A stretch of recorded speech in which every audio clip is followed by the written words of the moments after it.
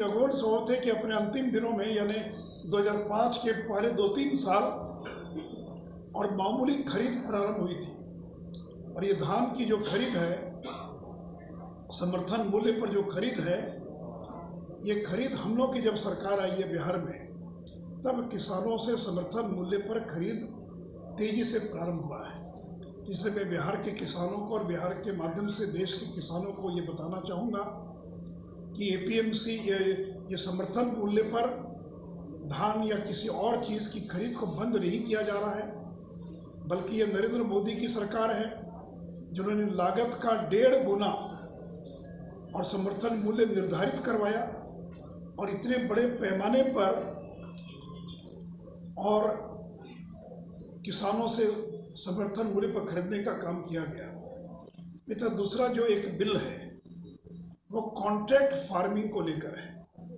Contract farming का मतलब ये कोई बड़ी, मान लीजिए मैकडॉनल्ड है, अब वो चिप्स बनाती है, बेचती है चिप्स, उसको बड़े साइज का आलू चाहिए, तो वह किसानों के साथ समझौता करती है, तुमको हम बीज देंगे, खाद देंगे, तुमको इस साइज का आलू तैयार करना है और उसका रेट भी।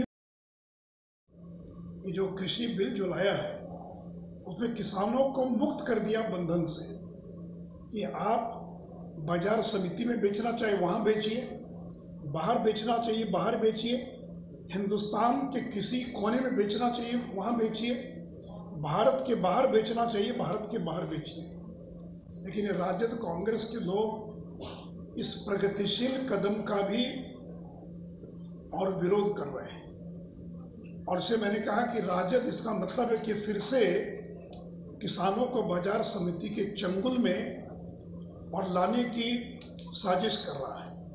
और जैसा मैंने कहा कि उस समय 1% टैक्स देना पड़ता था किसान को बिहार में। अगर 100 रुपये का सामान है तो 1% आपको देना पड़ेगा, 1000 का सामान है तो 1% आपको और टैक्स के रूप में और देना पड़ेगा। तो इसलिए मित्रों, एक तो मुझे दुख है कि राष्ट्रीय जनता दल के नेताओं को पढ़ने लिखने से कोई मतलब नहीं है, कानून से कोई मतलब नहीं है, नियम व्यवस्था से कोई मतलब नहीं है और आंख मूंद कर विरोध कर रहे हैं। इसलिए मैं चाहूँगा कि राजद के नेता ये स्पष्ट करें कि वो इस बिल का विरोध कर रहे हैं, इसका मतलब है कि वो फिर से बाजार समिति जो कानून है उसको फिर से बिहार में और पुनर्स्थापित करना चाहते हैं। और मित्रों, केंद्र की सरकार ने बड़ा स्पष्ट किया है कि जो बाजार समिति इसको हम समाप्त करना नहीं चाहते हैं, यानी जो बाजार समिति प्रांगण में बेचना चाहते हैं वहाँ बेच सकते हैं। हम किसानों को विकल्प दे रहे हैं, चॉइस दे रहे हैं। अभी कोई चॉइस नहीं, एक ही चॉइस है बाजार समिति। वो मंडी के बाहर जहाँ उनको अच्छा मूल्य मिलता है वो बेचने के लिए स्वतंत्र है। और मित्रों, किसानों को ये भड़काया गया हरियाणा और पंजाब में कि ये अगर बिल पारित हो गया तो न्यूनतम समर्थन मूल्य पर जो धान और गेहूं की खरीद होती है वो समाप्त कर दिया जाएगा। प्रधानमंत्री जी ने 1 दर्जन बार ऐलान किया है कि कोई भी समर्थन मूल्य पर खरीद बंद नहीं होगा, वो यथावत चलता रहेगा। लेकिन जानबूझकर एक भ्रम की स्थिति देश भर में पैदा करने का प्रयास किया जा रहा है। अब ये भी बता दो कि जिन लोगों ने 15 साल बिहार में राज किया, सामान बेच सकते हैं, हमको कोई बाध्य क्यों करेगा? अगर मैं टमाटर आलू कोई चीज़ पैदा करता हूँ तो हमको बाध्य क्यों किया जाएगा कि आपको बाजार समिति प्रांगण में ही वो सामान बेचना पड़ेगा? अगर मुझे बाजार समिति के बाहर अगर मुझे ऊंचा मूल्य मिल रहा, अच्छा मूल्य मिल रहा है, तो ये आज़ादी हमको क्यों नहीं होनी चाहिए? कोई कहे कि आप कपड़ा केवल इसी मार्केट में बेच सकते हैं, बाहर नहीं बेच सकते हैं, कोई सामान यहीं बेचना पड़ेगा। ये इतना बड़ा क्रांतिकारी कदम है कि किसानों की जो बाध्यता थी बाजार समिति प्रांगण में बेचने की, उस बाध्यता को नरेंद्र मोदी की सरकार ने खत्म कर दिया। ये कदम उसी प्रकार का कदम है जिस प्रकार 1991 में नरसिंहा राव की सरकार ने और उद्योगों में लाइसेंस परमिट राज खत्म कर दिया था। ये उसी प्रकार का क्रांतिकारी कदम है। लेकिन दुर्भाग्य है कि कांग्रेस पार्टी, जिसके घोषणा पत्र में लिखा है कि हम एपीएमसी एक्ट को खत्म करेंगे, किसान को स्वतंत्र करेंगे कहीं भी बेचने के लिए, यानी ये हालत थी। मैं तो उसी समय विधायक बना 90 में, मेरे घर के बगल में था बाजार समिति मुसल्लापुर। अगर कोई केला लेकर बेचने के लिए साइकिल पर जा रहा है तो भी जो ठेकेदार था दौड़ कर जाता था, उसका केला जो है कि तुमको टैक्स देना पड़ेगा, बाजार समिति का टैक्स देना पड़ेगा।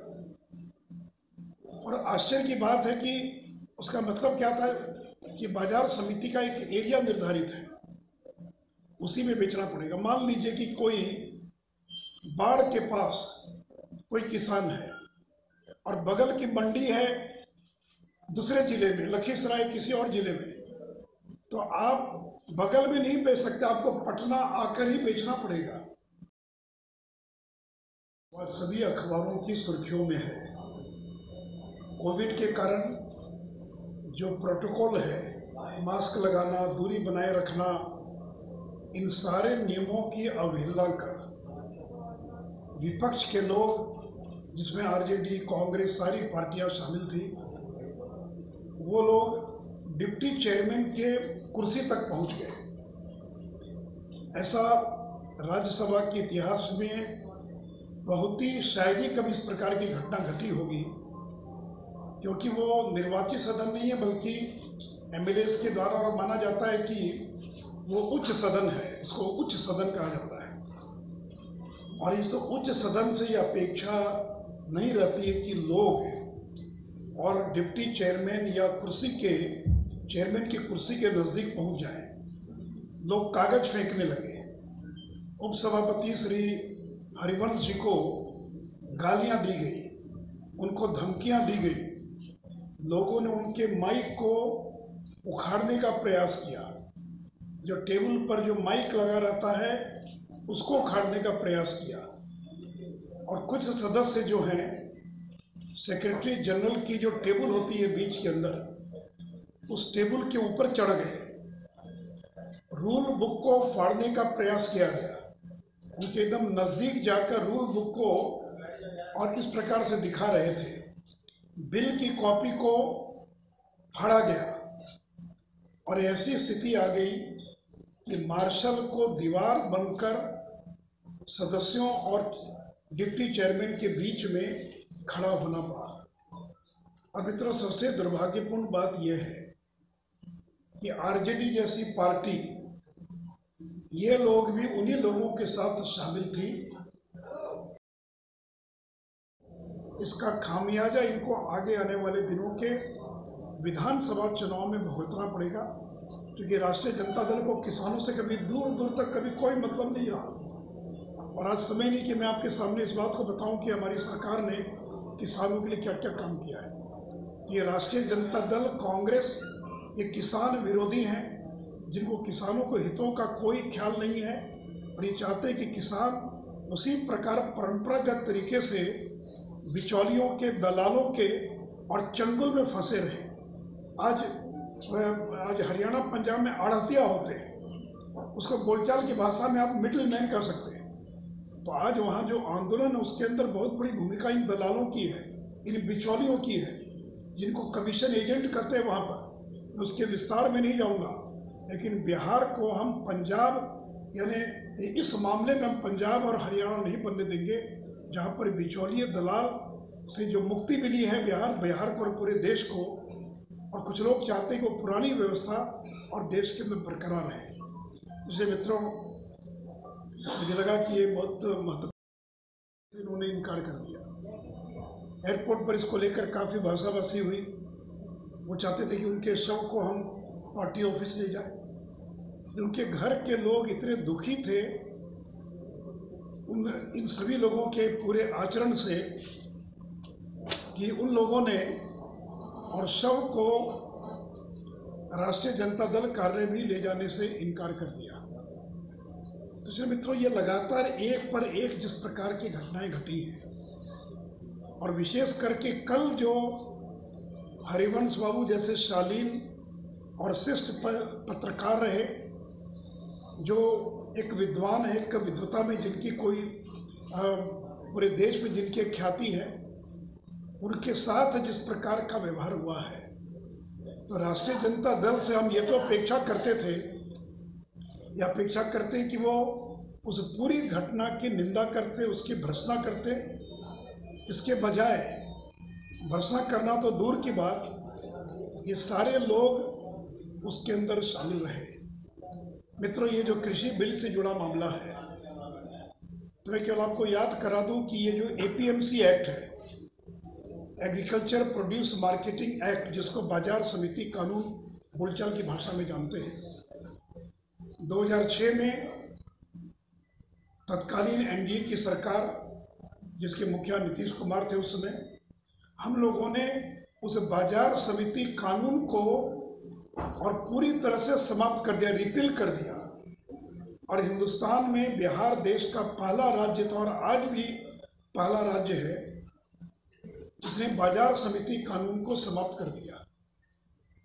70 करोड़ की आमदनी होती थी, फिर भी हम लोगों ने आमदनी की परवाह नहीं की, लेकिन वो किसानों के शोषण का माध्यम था और भ्रष्टाचार का अड्डा था।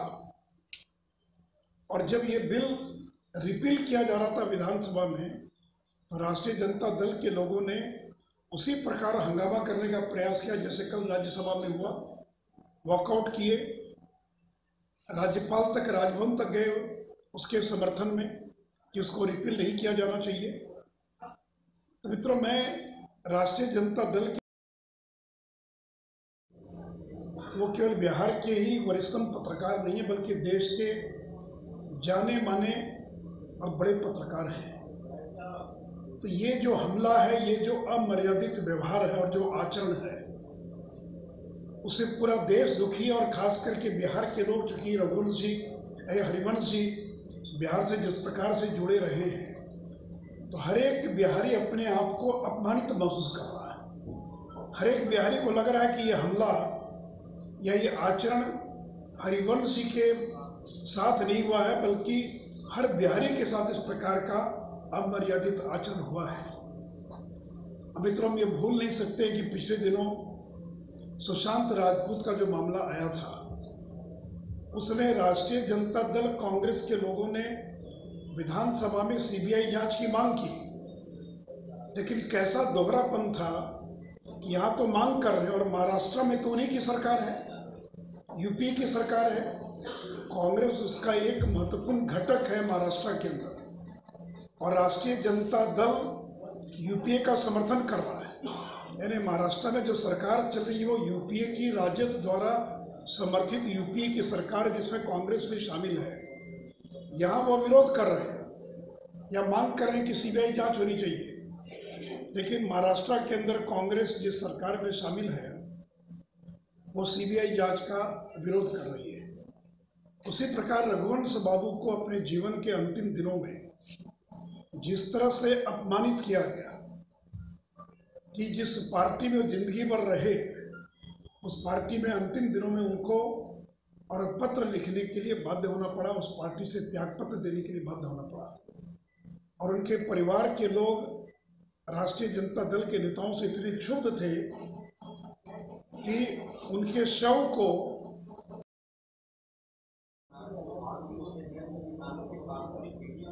जिनकी मदद को किसान हमेशा देते रहते हैं, इस कॉन्ट्रैक्ट फार्मिंग की आप बात कर रहे हैं, उसका उन्होंने पेप्सी और मैकडॉनल्ड्स का नाम लेकर कहा था कि आलू और टमाटर को लेकर ये जो कंपनियां हैं वो किसानों को कहेगी, कभी कहेगी बड़ा आलू है, कभी बोलेगी छोटा आलू है, कभी बड़ा टमाटर है। इस बयान को आप किस तरीके से? मुझे नहीं मालूम है 2012 में क्या उनका बयान है, मैंने देखा नहीं है।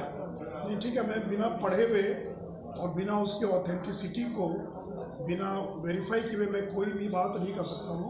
और आदमी समय के अनुसार आगे बढ़ता है ना। आज से 20 साल पहले की स्थिति और आज की स्थिति में जमीन आसमान का अंतर है। उसमें किस संदर्भ में क्या काम है नहीं कर सकता उस पर, लेकिन आज तो 2021 में खड़े हैं।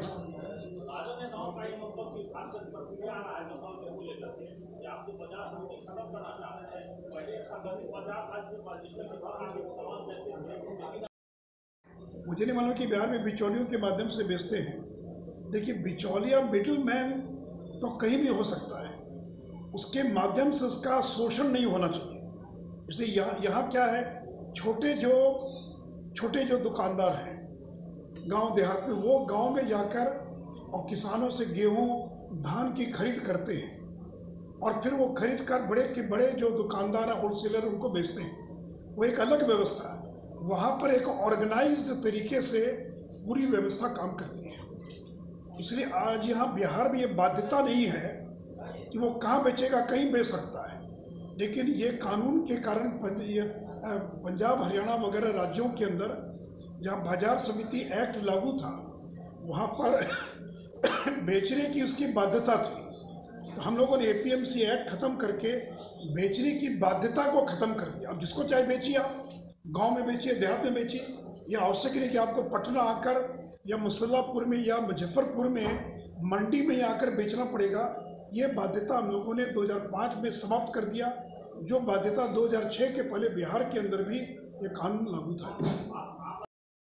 क्या वो फिर से बिहार में बाजार समिति कानून को स्थापित करना चाहते हैं?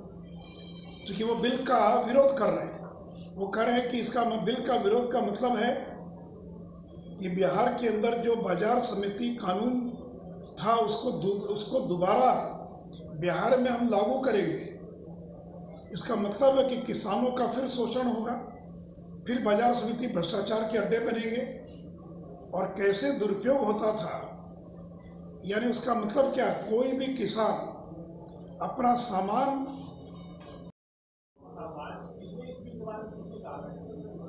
वो बिल अलग है भैया, वो बिल का विषय अलग, आप दूसरी बात कर रहे हैं, उसका उससे क्या संबंध, वो अलग चीज़ है ना। ये बिल तो केवल किसानों के उपज खरीद से जुड़ी हुई चीज़ है। हर बिल में ये पूरे किसानों की सारी समस्याओं का समाधान का बिल नहीं ना है, एक सीमित उद्देश्य को लेकर ये बिल है। किसान